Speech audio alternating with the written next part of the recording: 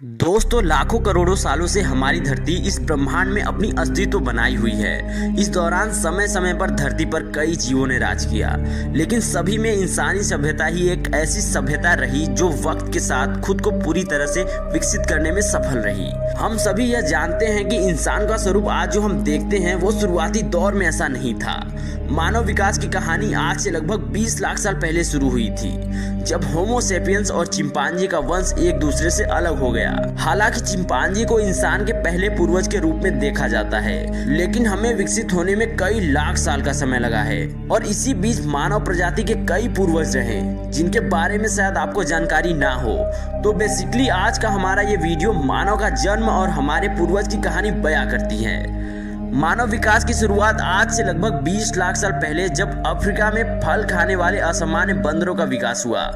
पेड़ों पर उछल-कूद करने वाले ये जीव फल खाकर अपना गुजर बसर करते थे। इनका आकार एक दूसरे से काफी अलग था, क्योंकि ये मेमोसिड और गोरिल्ला जैसे अलग अलग प्रजातियों से ताल्लुक रखते थे। ये 4 पैरों पर चलते थे। इनके ऊपरी और निचली लिम्ब समान आकार के होते थे। इन असामान्य बंदरों के अवशेष उत्तरी अफ्रीका में मिलते हैं, जिससे हमें इनके शारीरिक बनावट का पता चलता है। अवशेष बताते हैं कि इन जीवों का दिमाग काफी छोटा व साधारण था। साथ ही साथ इनके दांत भी काफी छोटे थे, जिसका मतलब है कि पुराने समय में ये जीव काफी सामान्य तरीके से जीते थे। खैर, ये तो धरती पर इस जीव की शुरुआत थी। अनेक सोर्स बताते हैं कि 10 लाख साल पहले पृथ्वी के तापमान में आई कमी ने अफ्रीका के जंगलों को प्रभावित किया, जिसके चलते इन्हें पेड़ों से उतरकर जमीन पर अपना बसेरा करना पड़ा। जिसके चलते इन जीवों को 2 पैरों पर चलना पड़ा होगा, जिससे हमारे पूर्वज आर्डिपिथेकस रेमिडीज अस्तित्व में आए। हालांकि हमारे पूर्वज असामान्य बंदर से आर्डिपिथेकस में विकसित होने में सफल रहे। वो 2 पैरों पर चलने में कामयाब रहे, लेकिन इनके प्रकार में ज्यादा बदलाव नहीं आया। इन जीवों के पैर अभी भी पहले जैसे थे, लेकिन स्पेशल आर्क में आई बदलाव की वजह से ये अच्छे से चलने लगे थे। लेकिन ये बात तो अलग है कि आर्डिपिथेकस की चाल इंसान से काफी अलग थी। जीवाश्म बताते हैं कि इन जीवों के हाथ बिल्कुल घुटने तक थे और उंगलियां आधी इंसान और एप्स से मेल खाती थी। 2 पैरों पर चलने के बाद भी अपने पेड़ के बसेरों को छोड़ना नहीं चाहा, इसलिए 2 हाथों के इस्तेमाल से पेड़ पर चढ़ते थे। आर्डिपिथेकस काफी कुछ इंसान और एप्स के बीच का क्रॉस था, क्योंकि इनके आधे फीचर इंसान से मेल खाते थे, जबकि बाकी एप से। और जैसे जैसे अफ्रीका के जंगलों में पेड़ों की मात्रा कम होती रही और सवाना का विकास हुआ, और उसके साथ ही अफ्रीका में एक नई प्रजाति ने दस्तक दी। इसे एस्ट्रेलोपिथेकस नाम दिया गया और ये जल्द ही अपने नए घर में रहने के लिए विकसित हो गए। इनकी चाल काफी ज्यादा इंसानों से मेल खाती थी। ये जानवर झुंड में रहना पसंद करते थे तथा कई किलोमीटर दूरी तय करने में सक्षम थे।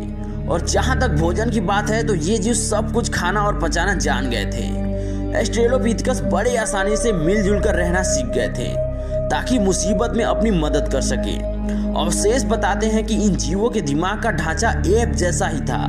पहली नजर में देखकर इनमें इंसान के गुण का पता लगाना बहुत ही मुश्किल है, लेकिन ध्यान से देखने में हमें यह पता चलता है कि इनके दिमाग का आकार आर्डिपिथेकस से बड़ा होता था। और यही एस्ट्रेलोपिथेकस समय के साथ बदलते गए और आज से 3 लाख साल पहले इंसानों की पहली प्रजाति धरती पर दस्तक दी। इस प्रजाति को वैज्ञानिक ने होमो हैबिलिस का नाम दिया।